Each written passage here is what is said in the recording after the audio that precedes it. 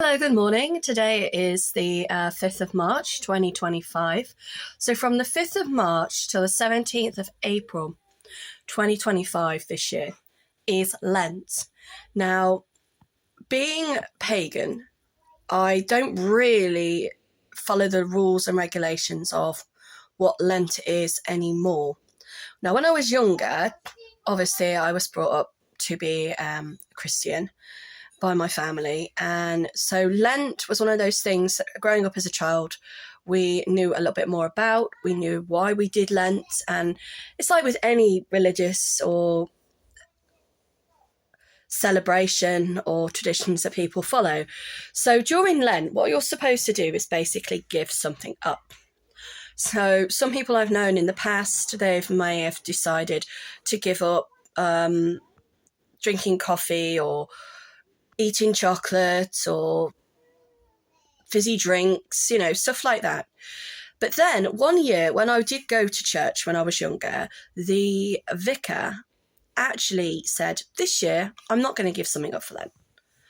I'm going to try and achieve something. So he said in the next 40 days and 40 nights, instead of giving something up, I mean, some people I know would give up, say, going to Starbucks, for argument's sake. So they would save themselves within the region of maybe £10 to £15 a week by not going for 40 days, 40 nights to Starbucks. What they would then do is save that money and then donate it to the church, and which I thought was very admirable of them to do. I then said to them, well, surely have you not realised how much money you're actually saving? And if you can do it for 40 days and 40 nights, why not just do it indefinitely? So over the last number of years, I have tried to improve my reading. I have dyslexia, and so reading for me is really, really challenging. Now, when I was a child, I used to love reading, but then as I got older, I struggled because obviously as you get older, the books that you're expected to read for your age were a little bit more too complex. So I found that when I got to about 16, 17, I stopped reading. I'm not saying I didn't read, I'm just saying that I limited the amount that I read. And now I'm a full-time mom, it's something I'm always trying to encourage my children to do is read. So one of the things my children have been very interested in are Shadow to the Bone, which is on Netflix. The Golden Compass, they're not really that sort of age, which is Northern Lights. So some of the things that are actually on Netflix, some of the series or some of the films are actually adaptations of real books. So I've said to them, if you've enjoyed watching the series, why not try reading the books? Now, that doesn't always work because I know, for example, with things like Outlander and The Handmaid's Tale, you get people who are very, very passionate about what the author has put when they've put pen to paper or typed or whatever. So when they then see the adaptation, they kind of get lost in the fact that it is an adaptation and don't take it as what it is. And that is somebody's interpretation of a book. So like Memoirs of a Geisha, for example, loads of stuff was cut out of the movie. And the same with The Girl with the Pearl Earring. But that did not then mean, in my opinion, that those movies were not really good. I did enjoy reading the books. I have tried to go back and read them again, but I've really struggled. So I've took it as I've read it once, and I do like Tracy Chevalier. I think she is a very talented author, and I have read a number of her books over the years. So now I'm in a predicament as to what am I going to give up or what am I going to try and achieve in the next 40 days and 40 nights. Now, at the moment, a lot of my videos, unfortunately, have been focusing on my property and where I live and where I'm renting and the problems I've been having with my landlord, who's been refusing to do any of the repairs internally and externally to the house. I promised myself that I would finish at least one of my books and get it published by the time I was 40. I'm now going to be 43 this year. Realistically, I know over the next 40 days and 40 nights to put that much pressure on myself to try and get my book finished is an unrealistic expectation. And the reason for that is because I've got way too many other things to be focusing on and dealing with. And it would just be nice to get some kind of closure on some of these other things before I try and move forward in closing the other chapters in my life. So I think, to be honest, the main thing I'm probably going to end up focusing on over the next 40 days and 40 nights is making sure that my landlord repairs the property that I'm living in. So I will continue to talk about this and blog about this online. So there'll be nothing new there. The other thing that I need to do, which I'm kind of doing through gritted teeth, is apply for universal credit. I've got to make sure that all of my income and expenditure is up to date and that I know what I'm legally allowed to claim.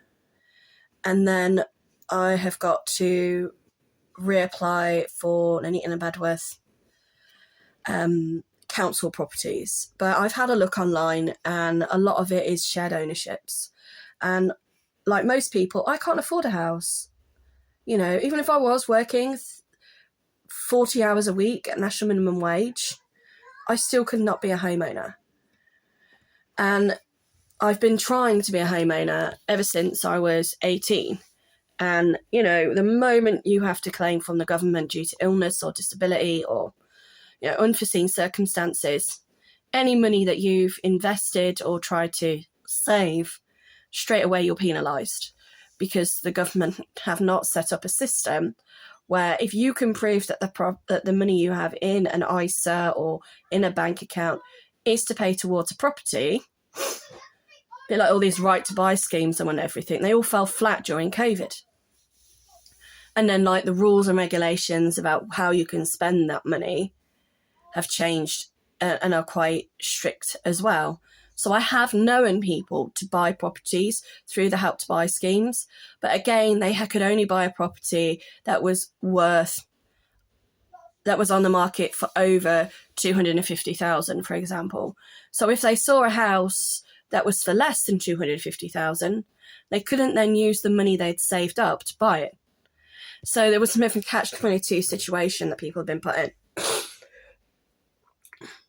So yes, I can apply and see what the council say, but at the moment, most of the properties in the area are what they call shared ownerships, and I do not want to go anywhere near them. They are a real pain in the ass, and they just take advantage and exploitate people. I know this from previous experience, so I don't even want to go down that rabbit hole.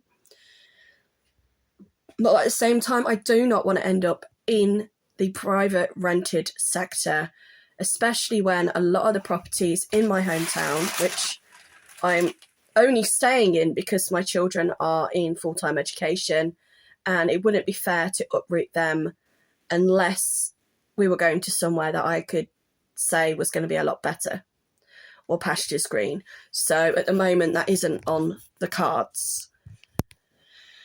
But what I do not want to be doing, wouldn't be my video without a yawn, is going out of the frying pan into the fire and renting another 2-bedroom or even a 3-bedroom house, which apparently I'm legally entitled to live in if any are available because of my circumstances, and be paying somewhere within the region of almost £2,000 on rent, only to find that although the veneer, just like with this house, everything looked adequate. It looked fine. It wasn't until I lived here that I then realised, oh, the gutterin's leaking. Oh, the boiler isn't working. Oh, you know, the floor is coming apart in the kitchen. Hearing a bang under the stairs, realising that the fake ceiling that my landlord had put in fell down and actually collapsed. And the reason that happened was because there was a burst pipe on the radiator in the main bedroom. So the only way I found out that there was actually a leak, it's not burst, it didn't like burst, that was the bathroom. but there was a leak on the pipe was every time I put central heating on. And who uses the central heating in the summer?